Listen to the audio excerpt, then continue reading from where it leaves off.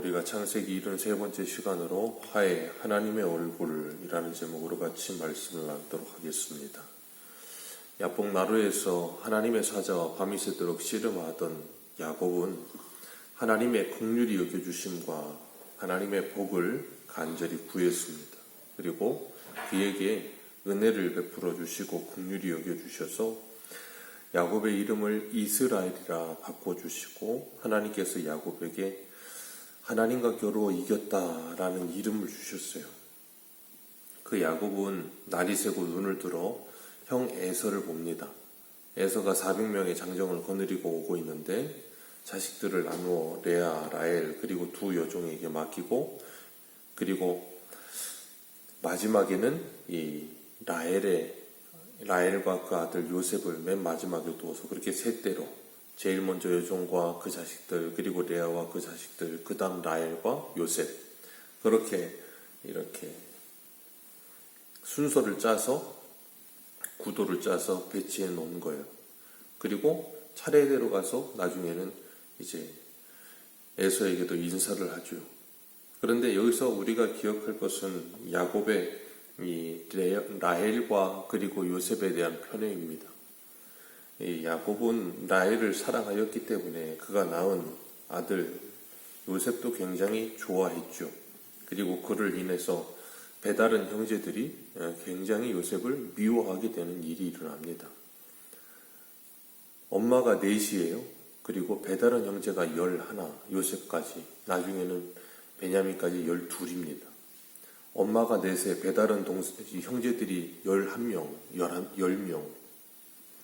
어마어마하죠. 그냥 있어도 아마 집이 전쟁터 같을 겁니다. 서로 시기하고 미워하고 암투하고. 그런데 아버지는 요셉만 편애하고 요셉에게만 색동옷을 입히고. 그러니 요셉은 거의 형제들에게 표적이죠. 거의 미움의 그냥 극치일 겁니다. 얼마나 싫겠어요. 그러니까 요셉은 더 미움을 받는 거예요. 야곱이 형 에서에게 가까이 가니 에서가 다가와서 그를 안고 입맞추며 웁니다. 야곱이 32장에서 그렇게도 두려워하고 답답해하고 형이 자신을 죽이러 온다라는 생각이 사로잡혀서 괴로워했는데 그 모든 두려움과 답답함과 괴로움이 한순간에 사라져버리는 거예요. 우리가 여기서 기억할 것은 사람의 마음의 두려움이라고 하는 건 실체가 없어요. 그냥 야곱은 형이 400명을 데리고 자신에게 온다는 소리를 자기 사원들에게 들었을 뿐이에요. 그 소리를 듣는 순간 그 마음속에 두려움이 찾아옵니다. 왜냐하면 20년 전에 형이 자기를 죽이려고 했었기 때문에 20년이 지나고도 형은 나를 죽이려고 할 거다라는 생각이 스스로에게 들어가 있는 거예요. 누가 그렇게 말한 것도 아닙니다. 에서가 그렇게 난 내 동생 죽이려 오고 있다라고 말도 하지 않았어요. 그런데 자기 스스로 그런 생각에 사로잡혀 버리는 거예요. 자기 스스로 그런 생각이 사로잡히는 순간 두려움에 사로잡혀서 아무것도 못하는 거예요. 야곱이 그렇죠. 두려움과 답답함에 괴로워서 어찌할 바를 모르는 상태로 그냥 괴로워합니다. 이스라엘 백성들이 가나안 땅을 정탐할 때 12명이 40일을 들어갔다 나와서 10명이 그러죠. 그 땅 백성들은 아낙 자손이라 거인이고 우리는 우리 스스로 보기에도 메뚜기라. 아낙 자손이 메뚜기라고 안 했어요. 자기들 스스로가 메뚜기 같다는 거예요. 그런데 생각해 보세요. 상대적인 거긴 하지만 어떻게 메뚜기입니까? 사람과 사람을 대도 키 차이가 아무리 나도 1m 정도 나진 않을 거 아니에요. 그리고 1m가 난다고 해도 메뚜기는 아니라고요. 근데 스스로가 자신을 비하하면 어떻게 돼요? 하늘과 땅처럼 느껴지는 거예요. 그리고 뭐 하냐면 그들과는 절대 붙어서는 안 되는 존재가 되어버리는 거예요. 절대적인 존재가 되어버리는 거예요. 그 이스라엘 백성들 10명의 정탐꾼에게는 그런 존재가 아낙이었고 오늘 야곱에게는 에서가 그런 존재처럼 보이는 거예요. 절대적인 존재로. 그러니까 뭐예요? 그냥 그 사람만 생각하면 온 몸이 굳어버리는 거예요. 그런데 하나님은 그 현실을 한순간에 확 바꿔버리시죠.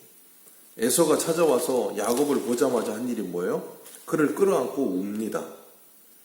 야곱이 전혀 꿈에도 생각하지 못했던 그림이 한순간에 확 일어나는 거예요. 야곱이 형이 자신을 끌어안고 우는 모습을 보고 입 맞추고 그러면서 안부를 묻고 그런 모습을 보면서 얼마나 참 놀라웠겠어요. 20년 동안이나 형은 자신을 죽일 거라는 생각만 있었는데 하나님은 20년 동안에 에서의 마음을 돌려놓으셨고 그 분노를 사그러들게 하셨고 그리고 동생에 대한 그림으로 그것을 바꾸어 주셨던 것 같아요. 마치 자신이 도망 나올 때 외삼촌 라반, 자신의 장인 라반이 자신을 추격해서 죽이겠다는 마음으로 쫓아왔을 때 하나님께서 꿈속에 라반을 찾아가셔서 라반을 막아주시고 야곱을 보호하셨던 것처럼 20년의 시간 동안 하나님은 에서를 변화시키시며 야곱에 대한 그 적대적인 마음을 하나님께서 누그러지게 하신 거예요. 하나님께서 그렇게 야곱을 사랑하셨습니다. 그런데 야곱은 그 하나님보다는 누구만 보인다 그랬어요? 에서만 보인다 그랬어요. 왜? 눈앞에 당장 현실이 에서니까. 그렇게 괴로워하고 두려워하고 답답해하다가 자신의 형이 자신에게 와서 끌어안는 그 순간 야곱에게 어떤 생각이 들었을까요? 32장에서 자기가 그렇게 전전긍긍하며 괴로워하고 힘들어하던 그 모든 게 하나님 앞에 얼마나 부끄러웠을까요? 하나님은 자신과 함께 하겠다 하셨고 바다의 모래와 같이 하늘의 별과 같이 많게 하시겠다 그랬고 내가 너와 함께하며 반드시 너를 이곳으로 인도하리라 그러셨는데 그 하나님의 언약을 받고 나서 이렇게 벌벌 떨고 있는 자신, 그리고 하나님은 그 형을 바꾸어 놓으셔서 자신에게 찾아와서 자신을 끌어안고 어금 맡기고 안부를 묻고 환영하고 그런 모습 속에서 내가 왜 그렇게 했을까 하는 후회와 그런 부끄러움이 있지 않았겠습니까? 그런데 하나님은 그렇게 야곱을 가르치세요.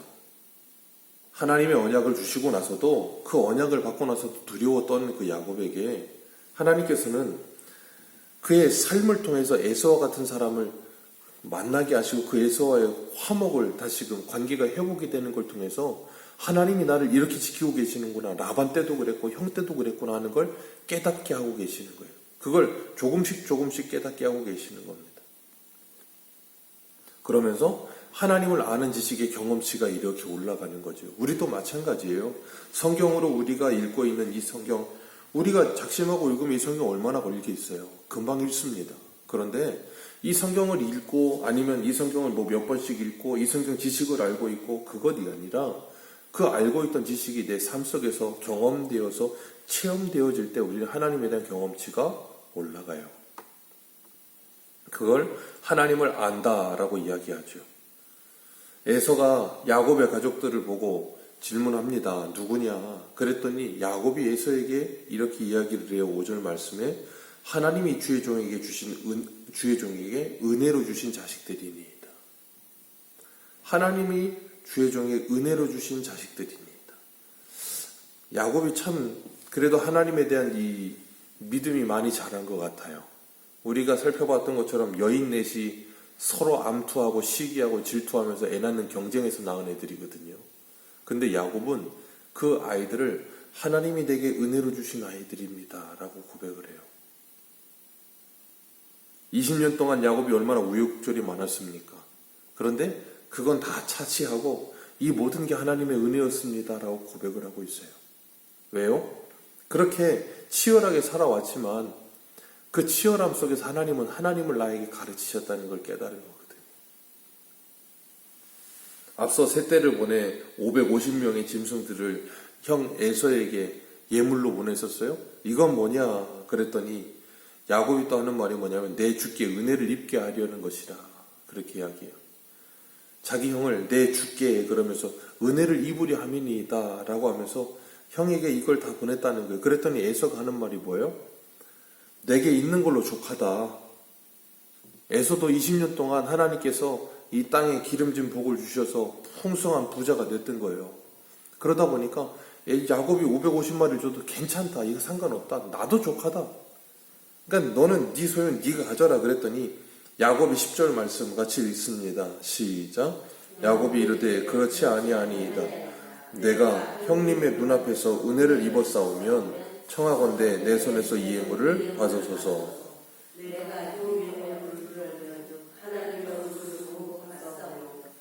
하느님도 나를 기뻐하심이니이다. 아멘. 제 예전에는 이 본문을 읽을 때 야곱을 생각하면서 그런 생각했어요. 야, 아부도 정말 대단하다. 야곱이 정말 아부가 정말 한 아부 하는 사람이구나. 근데 그런 생각을 했었는데 이 말씀을 읽고 32장과 33장을 연결해서 계속해서 묵상하면서 느낀 게 뭐냐면 야곱에게 있어서 이 10절 말씀은 진심이에요. 왜냐하면 형이 자신을 죽일까봐 두려워서 답답해서 괴로워하면서 그렇게 전전긍긍했거든요. 근데 하나님께서 형을 바꾸셔서 자신을 이렇게 환대할 때 그 형의 얼굴 표정과 눈 속에서 자신을 진심으로 환대하는 걸 느낀 거예요. 그러니까 그 얼굴 속에서 야곱이 지금 누구를 보는 거냐면 하나님을 보고 있는 거예요. 하나님이 이렇게 하셨구나. 그걸 깨닫고 나니까 어떻게 해요? 너무나도 감사하고 기쁜 거예요. 두려움과 답답함이 크면 클수록 거기에서 건져주신 하나님의 은혜는 더 큰 거예요. 마치 사도 바울이 로마서 5장에서 죄가 더한 것에 은혜가 더한다 고백했던 것처럼 두려움이 더했던 것에서 하나님이 건져주시면 그 감사함은 넘치도록 풍성한 겁니다. 야곱이 지금 그런 상태인 거예요. 죽을 고비를 넘기며 사느냐 죽으냐 하는 그 기로 속에 있었던 것 같은데 형이 이렇게 나를 환대하는 모습 속에서 하나님이 나를 보시는 것 같은 기쁨을 느낀 거예요. 그러니까 그가 그 형 앞에 뭐라 그래요? 내가 형의 얼굴 속에서 하나님의 얼굴을 보는 것 같이 기쁘다라고 고백하는 거예요. 이건 야곱과 에서만의 문제가 아니지요. 우리들도 마찬가지예요. 어떤 사람과 관계가 틀어지고 싸우고 있으면 그 사람의 얼굴 속에서 하나님이 보입니까? 안 보여요. 하나님이 보이는 게 아니라 오히려 사단의 얼굴이 보이죠. 왜요? 나랑 관계가 틀어졌으니까.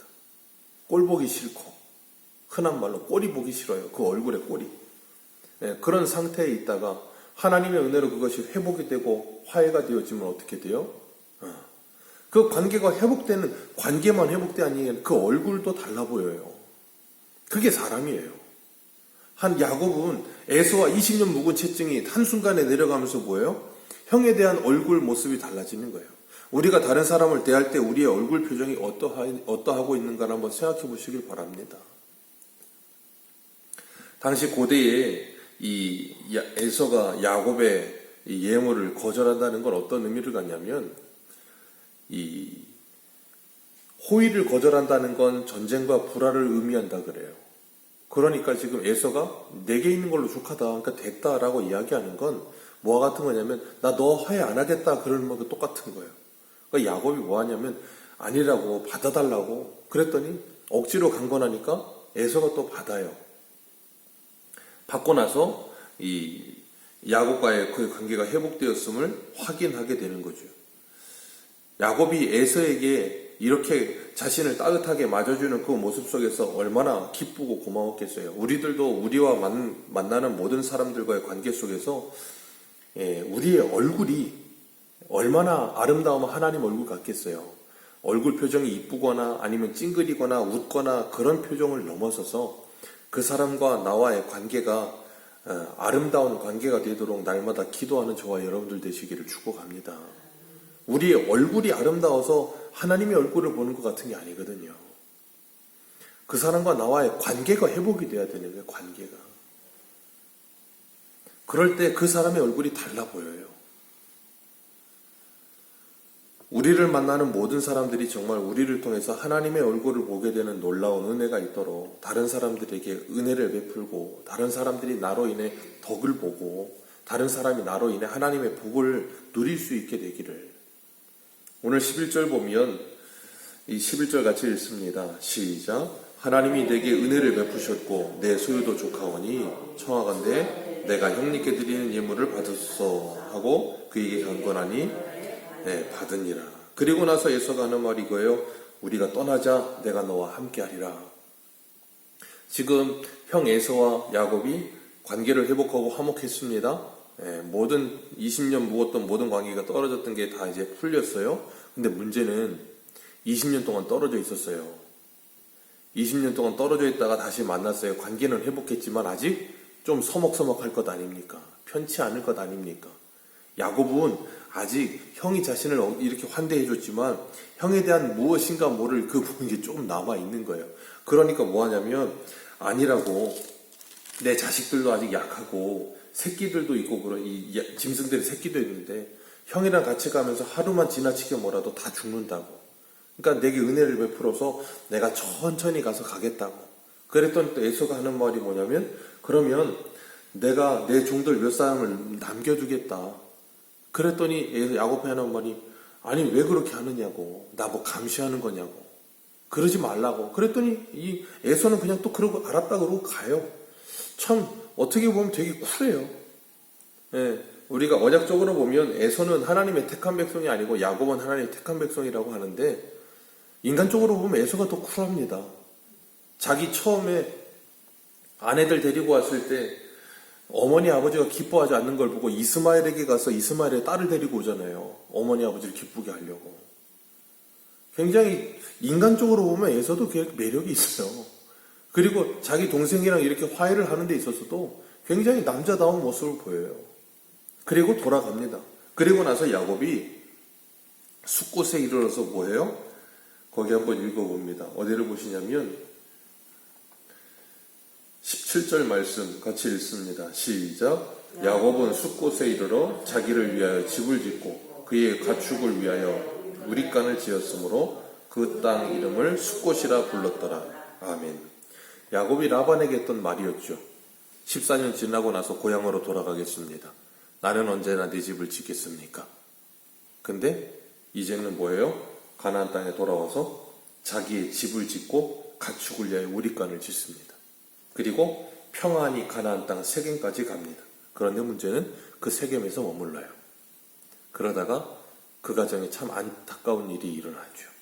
그리고 베델로 올라갑니다. 세겜에 머무르지 말고 베델로 갔으면 그런 일이 없었을 텐데, 딸 디나의 그 안타까운 사건으로 인해서 참 얼마나 야곱이 괴로웠겠어요. 그리고 나서 야곱이 그 세겜 땅에서 이 세겜의 하몰의 아들들의 손에서 크시타의 땅을 삽니다. 이 크시타는 당시에 양 한 마리가 한 크시타였다 그래요. 그러니까 양 100마리 값을 주고 땅을 사요.